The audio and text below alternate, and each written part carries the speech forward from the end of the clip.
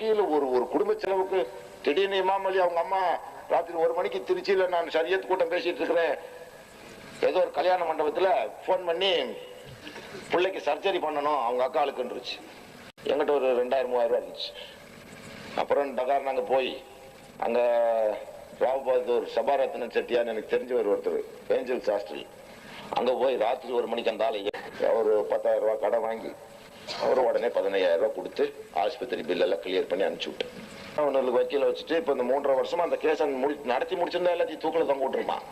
எல்லாத்தையும் ஒரே நாள்ல தூக்கில தொங்க விட்டுருவான். இவன் யாரு ஓட்டு எப்படி இவனுக்கு என்னங்கிறது எனக்கு தான் தெரியும். என்னைய உள்ள சேர்த்தான் பாரு, இழுத்து பிடிச்சிட்டேன் நான். இப்போ இப்படி நடக்குது, திணறான், கேஸ் ஒண்ணும் இல்லாம போயிடும். அதுக்கு எப்படி எப்படி ஆப் அடிக்கணுங்கிறது கோர்ட்டுக்குன்னு வந்துட்டு அங்க நான் ராஜா, வெளியே நிற்கும் போது நீ ராஜா, உள்ள வந்து சிக்கிட்டு அங்க நான் ராஜா. என் களத்துல பால், நான் எந்த கோல் அடிக்கணும்னு எனக்கு தெரியாதுன்னு அடிச்சு போடுவேன். அது